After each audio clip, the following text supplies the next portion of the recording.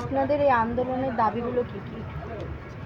সংগ্রামী যৌথ মঞ্চ গত বছর অর্থাৎ যে 2023-এর 27শে জানুয়ারি থেকে এই শহীদ মিনার মঞ্চে মানে শহীদ মিনারের সামনে হাইকোর্টের আদেশ বলে লাগাতার অবস্থানের কর্মসূচি নিয়েছিল। সেখানে আমাদের দাবিগুলো যে রয়েছে সেগুলো হচ্ছে all India consumer price index অনুযায়ী আমাদের মহার্ঘ ভাতা, যেটা বেতনের অবক্ষয় হচ্ছে আর কি। মহার্ঘ ভাতাটা কোনো বেতন বৃদ্ধি নয়, এটা হচ্ছে আমাদের যে বেতনটা স্থির হয়, মানে 2016 সালে শেষ যে আমাদের বেতন স্থির হয়েছিল, তখন 100 টাকায় যে জিনিস পাওয়া যেত, আজকে all India consumer price index অনুযায়ী তার দাম হয়েছে 153 টাকা। এবার সেই টাকাটা হচ্ছে এই রাজ্য সরকার আমাদের দেয় না, তারা কেন্দ্রীয় সরকারের থেকে টাকা পায়, রাজ্য সরকারি কর্মচারীদের জন্য পুরো টাকাটা পায় বা এই মহার্ঘ ভাতার টাকা, এবং বোর্ড, কর্পোরেশন, পঞ্চায়েত, শিক্ষক এদের জন্যে বাকি 40% টাকা তারা পায়, আর রাজ্য সরকার দেয় 60%।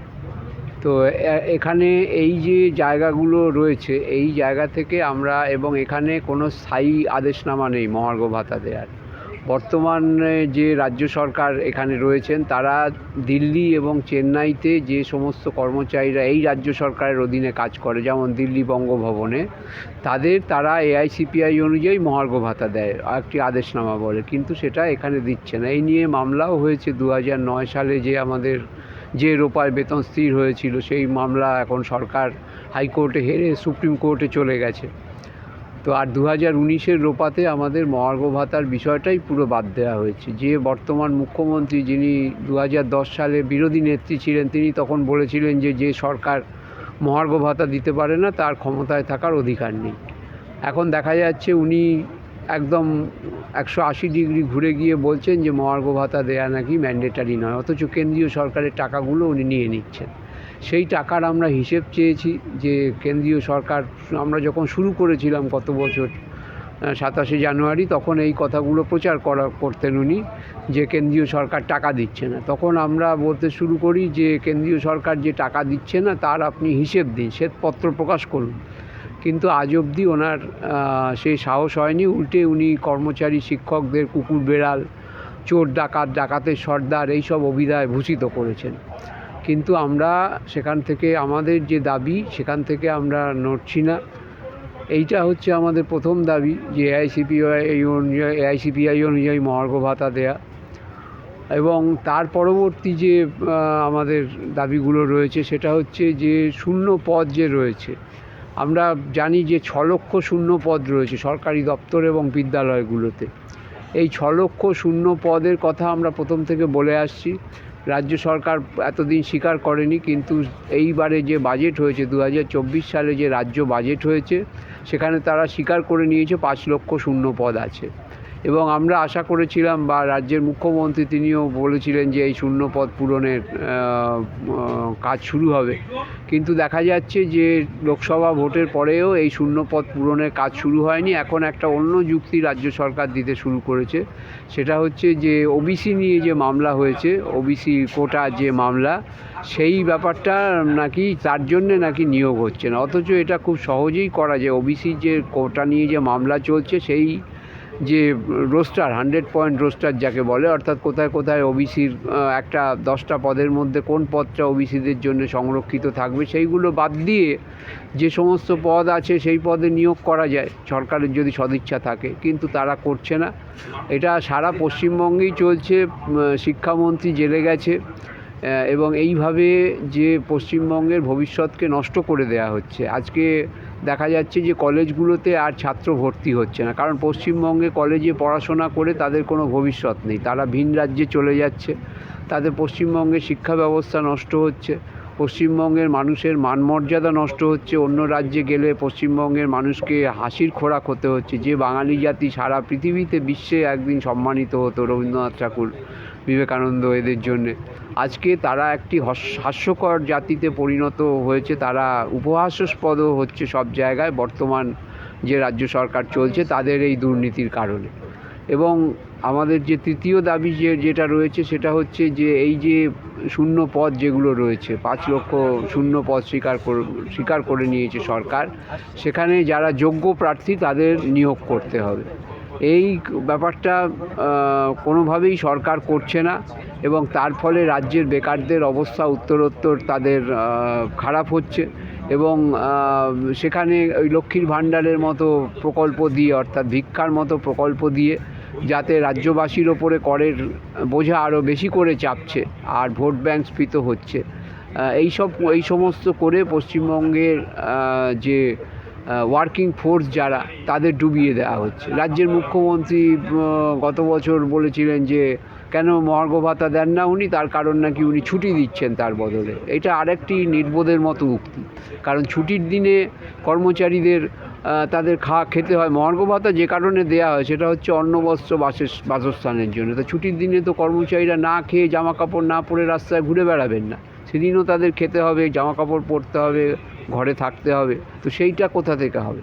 তো এই যে সমস্ত উক্তি, এগুলো মুখ্যমন্ত্রীকে আরও হাস্যকর করে তুলছে।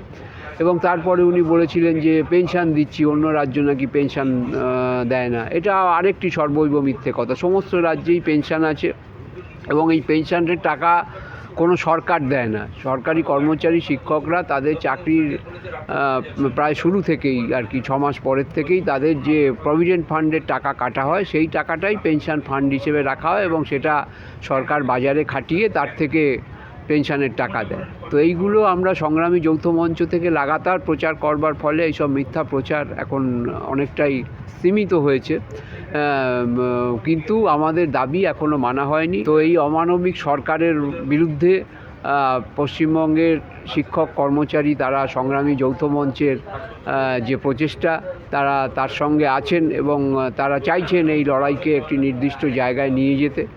তো সেই লড়াই আমাদের চলছে যতক্ষণ না আমাদের এই যে দাবিগুলি রয়েছে 3 দফা দাবি এবং তার পাশাপাশি কর্মচারীদের ওপরে যে এই দাবি করবার জন্য যে আক্রমণ নামানো হচ্ছে। আমরা মিছিল করেছিলাম গত 27শে আগস্ট, নবান্ন অভিযান স্বতন্ত্রভাবে করেছিলাম। সেই মিছিলের করবার জন্যে আমাদের একজন সরকারি কর্মচারী শুভঙ্কর ব্যানার্জিকে সাসপেন্ড করা হয়েছে। তার বাড়ি থেকে পুলিশ ধরে নিয়ে গিয়ে তাকে গ্রেপ্তার করে, যেটা সম্পূর্ণ বেআইনি কাজ করেছে। আমাদের অন্যতম আহ্বায়ক ভাস্কর ঘোষের বিরুদ্ধে বিভিন্ন বেআইনি মামলা দেয়া হয়েছে।